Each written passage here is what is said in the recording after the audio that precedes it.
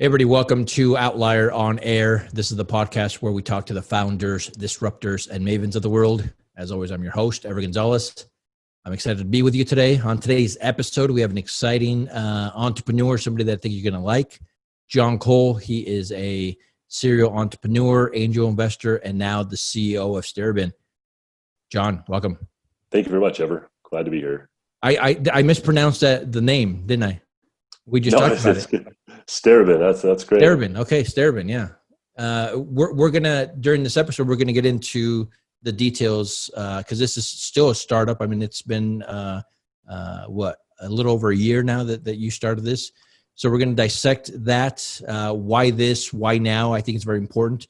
But we also want to dive into your history of entrepreneurship. You're a serial entrepreneur, so you're the perfect guest to have on the show. That's great. Well, thank you.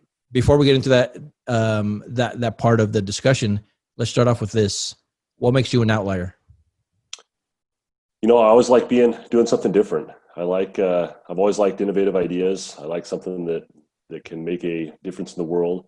And, I want to see something that no one else is doing. Yeah. And it's funny because I've known you for a little while now. We lived in Southern Utah for a while, and you put your head down. You're doing a lot of cool stuff in St. George in Southern Utah. One of the things that I admired about you, you've been doing a lot of cool stuff, but you also just kind of kept your head down. You weren't flashy about it. You weren't bragging about it, but I want you to brag about it and talk about it here during this episode because you've been into some pretty cool stuff. So let's start from the beginning.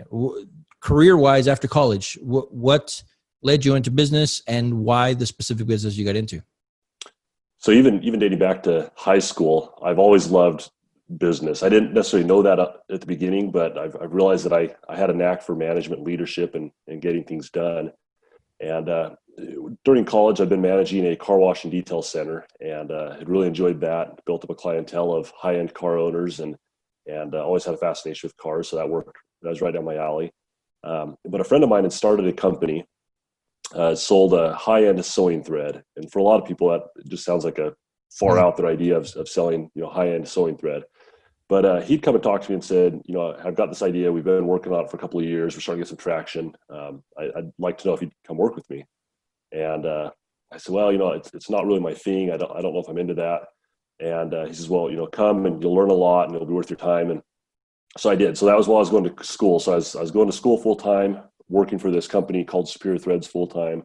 And what it was is like it sounds. We sold about 6,000 different sewing thread products, all different types of thread, and sold about 79 different countries.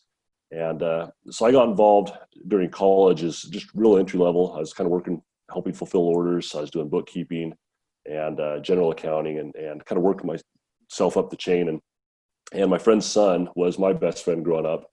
And so we got to work together, day in, day out. And we ended up growing and eventually we ended up taking over all the day-to-day operations. And we ran that as executives for about 11 years. And then we sold it to a private equity group. And so I'd continued, the private equity group that bought us hired me to keep running it for some time. And I did that. And I left last year to go full speed ahead with this Steribin idea. So let's start. So when you started there out of college, what year was that? It would have been 2004 that I started working there during college. And so you worked your way up, which is, we hear less and less of this, that kind of story, right? Somebody starts right out of college or during college, they work their way up and into the executive level, into running the company. I feel like a lot of us now, we feel like free agents, right? We jump from company to company, but this is one of those cool stories where you started at the bottom and worked your way to the top. What was the number one thing you learned from, starting at the very low level, right? You were saying, I'm assuming in the warehouse distribution, up to the executive suite. What did you learn the most? I think the biggest thing was just striving to be a person of action. That was something that the owner of the company saw that I continued to do. There was something needed to get done. I figured out how to do it. I solved it.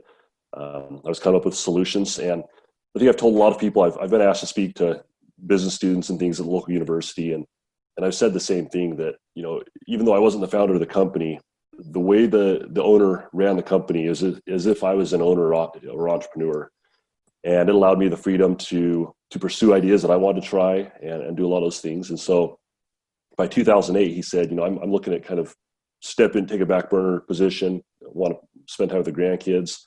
I'd like you to run all the day-to-day stuff. And so starting in 2008, his son and I, we did almost everything. He was the owner was still involved, but we had that freedom and liberty to just go at it, and we continued to do that and worked way up. And then we became co-presidents and ran the company for a number of years. And then when the private equity group approached us, we went through all that process and we're able to exit and kind of move on to other things. We don't need exact numbers, maybe percentages if you want, but from 2008 when you took over to when you stepped out, growth-wise, I'm assuming there was a lot of growth in order for you to kind of get that kind of interest from an outside group. What was that journey like, and what did that look like? Well, the company that bought us was also in the craft and quilting space, so we became an appealing purchase simply because we filled a gap in their existing market. And so for us, it aligned well with their other pursuits as well in that same space. But as we did see a lot of growth, year over year, we kept growing, we kept expanding.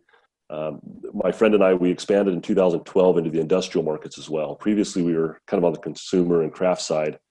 And starting in 2012, we started pursuing industrial threads. So we got into automotive upholstery and leather goods and military applications. And, there were movie studios we worked with for certain threads they needed for certain things. And so you never really know where things are going to lead. And so it's, always look for those opportunities and kind of seeing where you need to pivot. There must have been some challenges. What were some of the challenges as you were continuing to grow in a lot of these different directions? There's always challenges that just come from learning. When we looked at industrial thread, that was completely outside the scope of what we had done before. And so people would ask us questions. We said, we have no idea what you're talking about right now because we've never been in this space. And so we had to learn and get through all that. We had to test products. We had to, do a lot of things that were outside of our comfort zone. And little by little, we kept building it. And we started taking some market share from some of the big players simply because we provided that small company feel, and we're able to offer a quality product. And you were a good employer for the city of St. George. I mean, a lot of the obviously local residents were working for you, and you were one of those companies that, again, because you guys weren't very flashy, but you guys were doing some awesome work and providing livelihood for a lot of your employees, obviously at a great rate. What was that like, right? As you continue, when you start off, you don't think about all the employees and all the families of the employees and all that stuff, but that's a pretty big deal, right? And something that we don't talk about often, I don't think. It's your responsibility, right? You make a mistake, there might be some layoffs. You make a mistake, you might get eaten up by the competition. What kind of stress was there for you as you continue to grow and a lot of these new changes were happening when it came to employees and their families? We employed hundreds of employees over the years, and like you said, it has become a family of employees. And for us, I mean, it all came down to the people, whether it was our customers or the people who work for us. And I learned that principle more so from the owner. That was his philosophy as he started out. And we found that as you take care of people, they're going to work hard and take care of you. And what ended up happening over the years is that people felt engaged, they felt committed, and they were loyal to the company. Even in must have been 2018, the company that had purchased us had made the decision to move all of our distribution across the country. And so we had positions here that were obviously affected by that, where we had to say, hey, we're closing down the distribution center here, moving everything across the country. And I tackled that head on and had gone to the board of directors and said, hey, I'm going to meet with the staff and I'm going to spell out the entire plan with them in advance so they can work toward it. And I know a lot of people thought I was a little bit crazy because it was a little premature. And I said, well, if people know the game plan, we can work through it. And as we did, I went back to the employees and I had to sit down with all of them and say, hey, there's some changes being made and it's going to affect your job in the next 5 to 6 months. Let's work together and figure out a game plan that works for you. And so several of those individuals, we developed a plan, and we helped place them in other jobs, or we helped find them other new jobs. And ultimately, people ended up being in a better place even going forward. And a lot of them have come back and say, we just really appreciate that you would take the time to work through it and weren't just a number. You looked at it from a life sense of how we are affected by this and how you can help us. And that's something I take a lot of pride in, that it wasn't just a business decision. It was a decision that affected a lot of people, and people were loyal and appreciative for that. John, so that's a big deal, right? I mean, you taking your time to kind of sit down with the employees, nobody would have blamed you if it would have been business as usual, right? I mean, I'm sure that people would have been like, yeah, I'm sure he's bummed that he's closing this down and having to move cross country.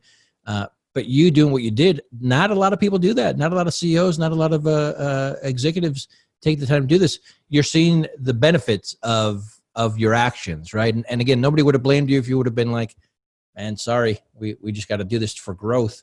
Yeah, absolutely. Go ahead. No, I was just going to say, it's a delicate balance. You hear a lot in the business world of, you should become friends with your employees. And while I agree, you have to be cautious on getting too personal, obviously, for a variety of reasons. Every employee that came through there, I worked with and saw them as a friend. And, it's even interesting that, years past, some of those people that I've worked with, where I was their supervisor or their boss, will still reach out and say, hey, can we go to lunch? I just want to pick your brain about something. And those friendships will continue, hopefully, for the rest of my life. But it's, when you invest in people, it always comes back full circle. Yeah, and I've experienced that firsthand with you. I never worked there, but knowing you throughout the years, every time I texted saying, "Hey, let's go to lunch," I have some questions about this or that because of your background and being an angel investor. You usually sat down with me and we talked through a lot of these things that we were doing with Outlier, just different crazy ideas that we had, and so that goes a long way, right? And that's one of the reasons we wanted to have you on the show. We've had a lot of successful entrepreneurs, a lot of successful business people on the show. And most of them great, right? And responsible business people and citizens and all that good stuff. But at the level that you're operating in, you're giving back. And that's huge for business. That's huge for you personally, I'm assuming. And obviously those that you leave, everybody, you leave a good impression with everybody that you work with for the most part. And just off the, just for everything that you're doing, we love it. Congratulations. I mean, it's still the middle of your career, right? I mean, you have many, many more years to do this. So let's transition a little bit from that to your time. You're still a bit of an angel investor. Mm-hmm. Let's talk about what you're doing there in Southern Utah. Yeah, absolutely. So it's probably been 6 or 7 years ago, I started getting involved in the angel investment side. As I mentioned earlier in the podcast, I really enjoy seeing ideas take off.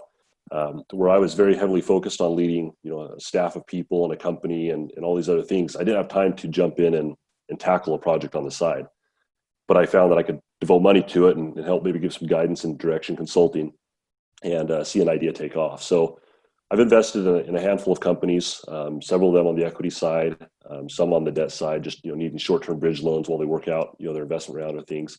And it's really satisfying to me to be able to see that idea thrive. And so one of the earlier investments that I got involved in was a friend of mine, started in St. George. He moved the business to North Carolina, but I was one of the first investors to help finance his product idea. And it was a throwable microphone. It was basically a dodgeball with a microphone in it.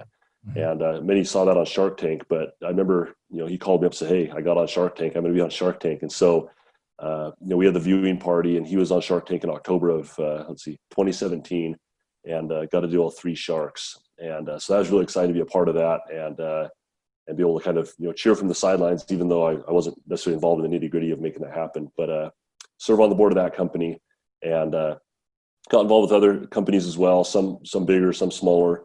But as I got more and more involved in the local community, I got more and more networking exposure and being able to interact with people. And so there was a time I was at a meeting. I volunteered at Dixie State University and mentor business students. And I love talking about ideas and met somebody there who had an idea. And they said, we've looked at this concept of cleaning these airport security bins. And I thought, well, I'm kind of a clean freak. I want to see something clean. And it was kind of appealing to me. And they had enough data and kind of the theory behind it. And I thought, hey, this looks like an appealing idea. And so I pulled them aside afterward and said, hey, I heard your presentation. I'm an angel investor. I'd like to invest in this concept. And he says, okay, well, let me meet with you in a couple of weeks and we'll kind of just see. And so we started talking for, month after month, and they were trying to figure things out and figure out if it'd be a viable business or product. And so they later came back and they said, well, if you're looking at investing, why don't you take over as CEO and kind of run with this? And so that's how I ended up with Steribin. It kind of came out from networking, from my experience as an angel investor. And so you never know where those opportunities will come from and kind of how one thing leads to another. But so it's been an exciting adventure. And like I said, I like the variety. I like seeing those ideas thrive, and any chance I have an opportunity to be a part of it or to kind of talk business with somebody, I'm always all for it. We'll get into Steribin here in just a bit, but let's focus a little bit more on the angel investing. It feels like every angel investor, every investor, business owner, entrepreneur, for the most part, they have a philosophy on business and how to do business and what they're looking for when they're investing or going to spend their time on. What kind of philosophy do you have when it comes to, right? I'm assuming you get pitched a lot. You see a lot of ideas out there. What is the deciding factor between the winners and losers in your mind? I think for me, I don't do well with tech. I tend to be a little bit more old school, where I take a little bit of time to catch up on the real technical side of the new SaaS models and things like that. But I like something a little bit more tangible. I like something you can touch and feel and kind of understand the core business of, if I sell this device, this is how much I'm going to make. Or if I sell this product, I'm going to make this much. A little bit more on the simplified side, but a lot of it comes down to the team. There's some teams that I've dealt with that I thought, I don't know that I can ever work with you, or maybe there's a little level of arrogance. Maybe you're not quite experienced enough. But the first investment that I made, when I looked at the numbers from a math side, I said, I don't think this is a good idea. I don't know if mathematically it's a smart investment. But the one thing that changed for me was that the entrepreneur was somebody I knew, which helped. But what I knew about that person was that they're one of the hardest working people I'd ever met. And I knew that he would go in and he would work until there was no additional energy to make that happen. And so for me, that was kind of the tipping point of, I know this will work because I trust in the person. You have to trust who you're investing with. On the flip side, there was an investment pitch that brought to me one time. I don't remember what the product was, but it was a unique enough product that I thought, I'll look at this. And I asked the entrepreneur, I said, how much are you looking to raise? And he says, well, I only need about 10,000 for this next step. And so 10,000 is a lot of money, but for an angel investment, that's a pretty small amount. Mm-hmm. And I was kind of confused a little bit. I asked him, I said, why do you need an amount this small when, why would you seek to raise it from an investor when you can go to maybe get a car loan on your used car, or a small bank loan, or put on a credit card or something? And he said, well, in case the idea goes south, I don't want to risk my money. Oh, and I interesting. Telling you that you're willing to risk investors' money. That's right. And, those types of things happen all the time. And even regardless of what happens, businesses fail. I mean, you have to make a smart decision that way, but you save a lot of the headache by making sure you're choosing a good team and a good product. And are you still on the hunt for these type of different opportunities, even though you're deep into this new startup? I'm always looking. It depends sometimes on as I've done kind of hard money or private lending on the real estate side. And so sometimes there's deals you're waiting for the return, and once that happens, then you're looking to place money somewhere else.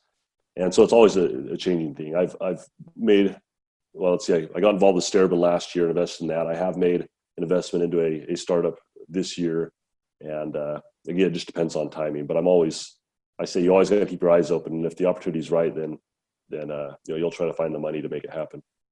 Good. Well, let's get into the meat of this. I mean, this is a new startup that you're working on, again, a little bit over a year. When I think about you, I think Superior Threads, right? I mean, obviously that's where you spent most of your career, and the good things you were doing there. But now when I heard that you were leaving, I was like, it must be something truly special or something so unique that Jon would leave that after so many years and heart and soul into it and stuff. And then when I heard what it was, I was like, what? What? I need to talk to him. And so this is one of those reasons why you're on the show. We talked a little bit about this offline.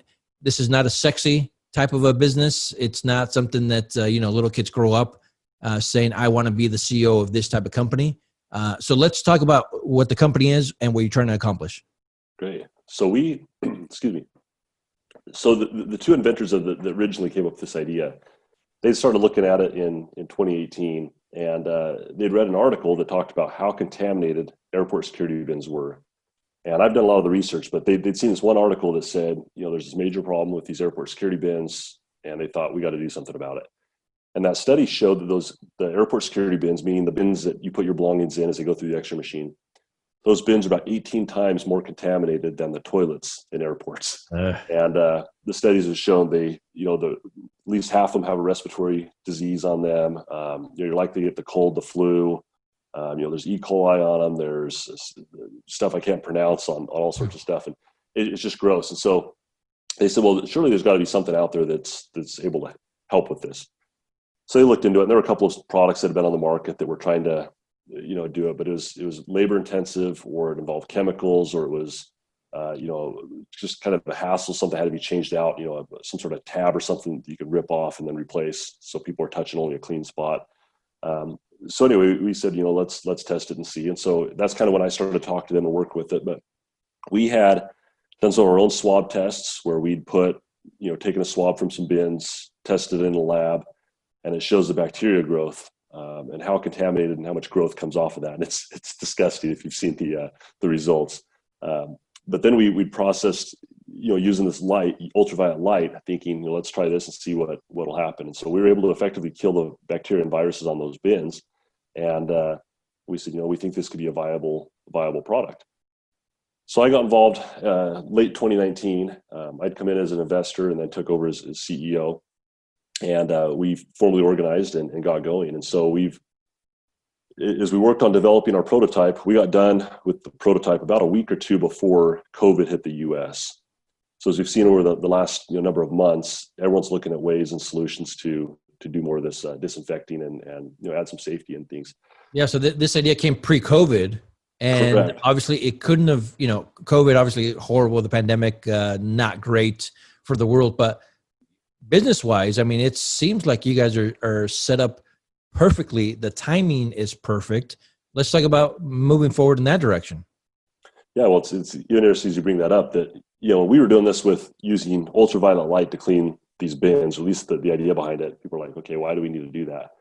And knowing that we'd researched these studies and seen how dirty they were, and then now going forward, everyone says, oh yeah, of course, that makes sense. Of course we need one of these machines. Yeah. So it's kind of interesting how it transitions to that. But so going forward, so we've vetted the process. We've shown the proof of concept works. We've developed our new model, which will be kind of our production ready model.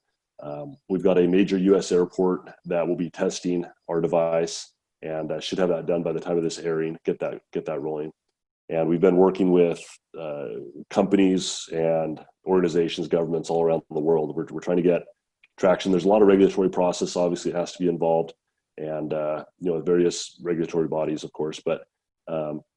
We're looking, our ultimate goal is, just like you go through an airport and you see an X-ray machine in every security line, our goal is that one of these devices we've developed would be in every security line. It gives a peace of mind to passengers knowing that when they go up to the bin and somebody's put their shoes in it, they've stepped in stuff, they've been sick, coughing on their hands, they've touched this bin, you're putting your kid's baby blanket in there, or their bottle, or whatever else, that you've got our laptops, our phones, exactly, and then you're touching that at your face and everything else. And it is gross, and everyone that's involved in that aspect of the traveling process or airport process know that there's a problem there. And so our goal is that our device will help people have that peace of mind as they go through, knowing that, okay, I'm about to touch this and put my kid's stuff in it, or my cell phone or laptop in it. I know that it's going to be free of those bacteria and harmful viruses. So that's our pursuit, and it's a fun process, and people are seeing that this is a need, and from day to day, we're just making traction and striving to change the world in a sense. Who are you selling to? Are you selling to the government? I guess I don't know who, the airports, the airlines. Who is it that you're knocking on? It varies a little bit. Some, even within the U.S., it varies quite a bit. Internationally, it's different, but it can be one of three generally. It could be the airports, it could be the government, and it could be the airlines. And when we talk about airports, it could be a private entity, or it could be the city or municipality where it resides. But there's a little bit of variance in who buys that equipment, and there's kind of a partnership between those three: the airports, the government, and the airlines. There's some sway there, but it affects everybody. With billions of passengers each year, it's something that, the rate of spread is obviously a concern, and of any type of illness like that. And with airport security bins being deemed the most contaminated and most dangerous item in the airport, solving this is a big piece of the puzzle to help, cut down on some of those potential problems. Sure. And I'm sure pressure from obviously COVID and everything that's coming on makes it a little bit easier, but still selling to the government, selling to airlines, selling to the cities, maybe, right? That were the private ones. That's a tough sell, and it's slow moving. Well, how is it like, and how are you approaching it? So the people we've interacted with have been fantastic. People recognize there's a problem. People also recognize it is a slow process. And, as you said before, you just put your head down and keep moving. That's what I've been doing. You have to just keep at it. And sometimes you keep circling back, and people realize that I'm not trying to be overbearing. We're trying to really make a positive improvement here. Sometimes the situations change, and people come back, and we're starting to hit that point now where we're really getting some real traction, and I think we're going to see a good tipping point pretty soon. Have you done live testing in front of some of these guys? We have. So we've got one that will be done live in an airport, the actual airport security bins, and that'll be happening. The time is airing depending on when that is. It'll be in the next week or two. Oh, congrats. We have been working with, when the pandemic first started, the city of St. George contacted us and saw what we were doing. And they said, we have a PPE shortage. We can't get masks for our staff. Can you do something for us? And so we had actually taken our device and made some modifications to it, and took an enclosed cargo trailer and basically made it a mobile workstation. And so we parked in the city offices there at the police station, and we're disinfecting masks for the city to help out during the pandemic. And so we did get some testing with that. We've obviously done a ton of internal testing with our own set of bins, and yeah, it just keeps moving forward. Have you figured out the process? I mean, are you still kind of playing around with how it actually works, or is that kind of done now? It's just a matter of growth and selling. It's done. So the device is complete. We vetted it out. Obviously, there's some various certification things that the device is going through that we're working with. But no, it's ready to go. So the way it works is uses ultraviolet light, and we use what's called a high intensity pulsed UV. It's basically kind of like, imagine a strobe light. As the bin passes through there, it's getting flashed really aggressively with these bright lights. And the UV rays, you're seeing that a lot in healthcare and food processing now, especially with COVID. But it's been deemed as a safe application and effective application to be able to disinfect items. So as we got started on it, this is an opportunity for us to disinfect those, again, without chemicals, without the time involved in it. It's just stick the bin in and disinfect it when it pops out. So but we can do that process in about between 3 and 5 seconds is about what it takes, which is faster than it's going to take for somebody to put a bin through it and start taking their shoes off or whatever for the bin. So what's the business model? Are you selling these units? Are you leasing them? What do you think about doing? A combination of both. We believe we'll end up leasing them. That's seems to be the most ideal model from who we've talked to at airports and the government. In some applications, it may make sense for somebody to purchase the machine, but we think lease will be the majority.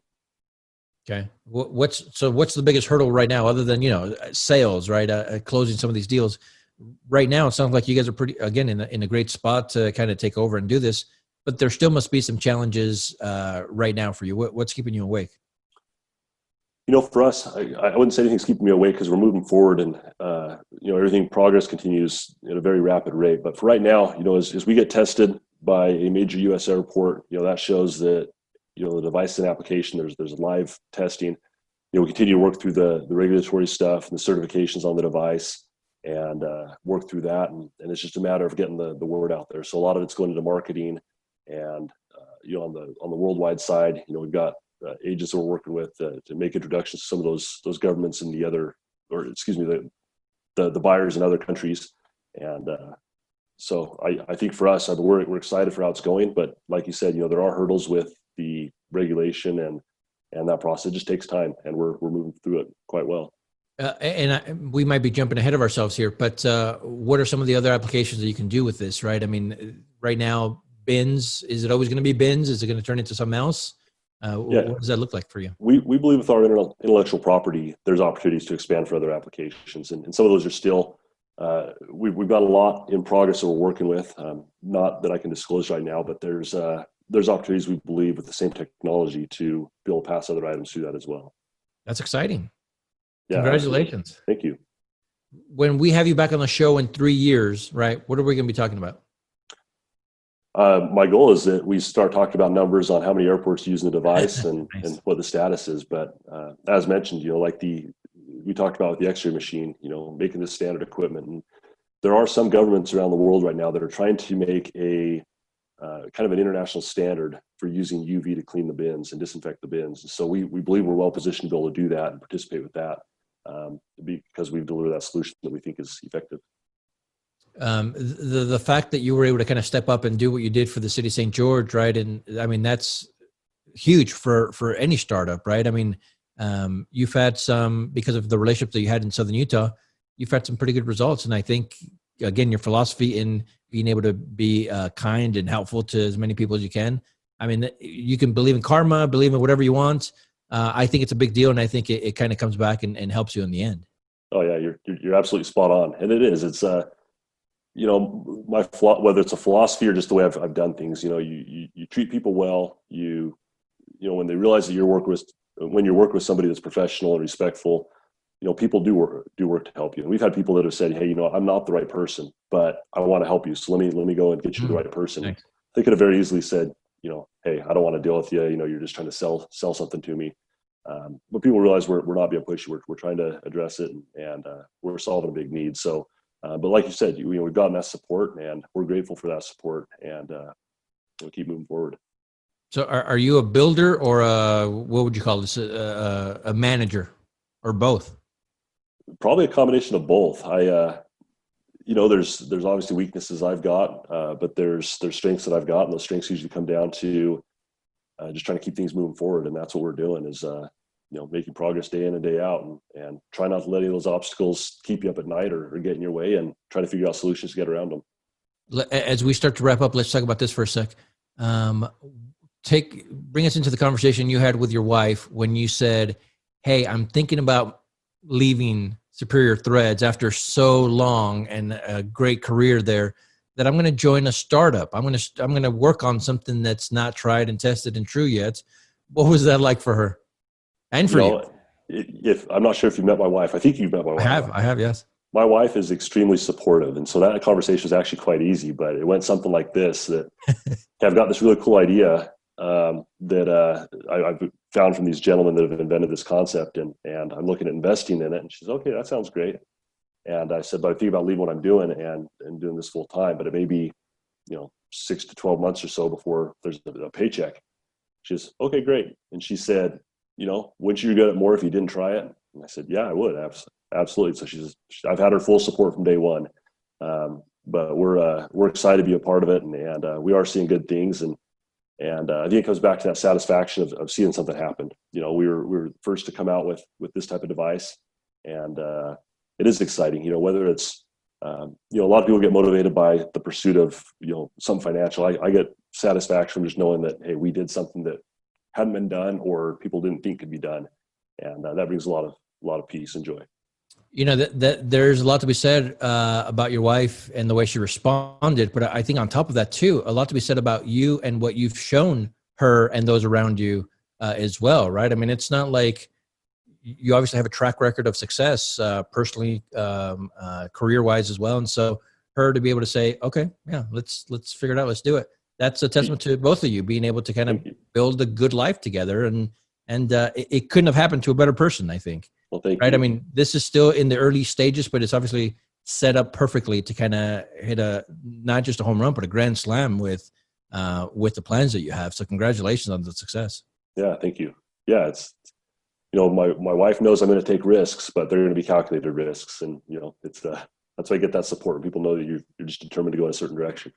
Okay. And when you're ready to move out of St. George, Austin is a nice place to land. I would love to look at Austin. I'll have to come visit you and go to lunch out there sometime. That's right. I know you're looking at Dallas and Houston possibly as well, but yeah, Austin is a great place. Good hub for entrepreneurs and startups, as you know. That's what I hear. Let's for those that are interested more in about what you're doing and just kind of want to get to know you a little bit better as well. Where can we find you online? On LinkedIn, I look up Jon Cole, Utah. I spell my name Jon. You can also go to steribin.com, find out more about us and what we're doing and kind of follow our progress. And or find me on Facebook as well. So I try to be out there, try to be active, and try to keep people in touch with what's going on. Fantastic. So Outliers, you can go to outlierhq.com. That's outlierhq.com. There you're going to find Jon's social media accounts, his website, all that good stuff. Feel free to follow him. He's obviously a good guy doing some important work at this time in the history of travel and germs and everything else that's out there. Jon, we wish you nothing but success. Thank you for being a part of this episode, and Outliers. We'll talk to you next time. Thank you very much.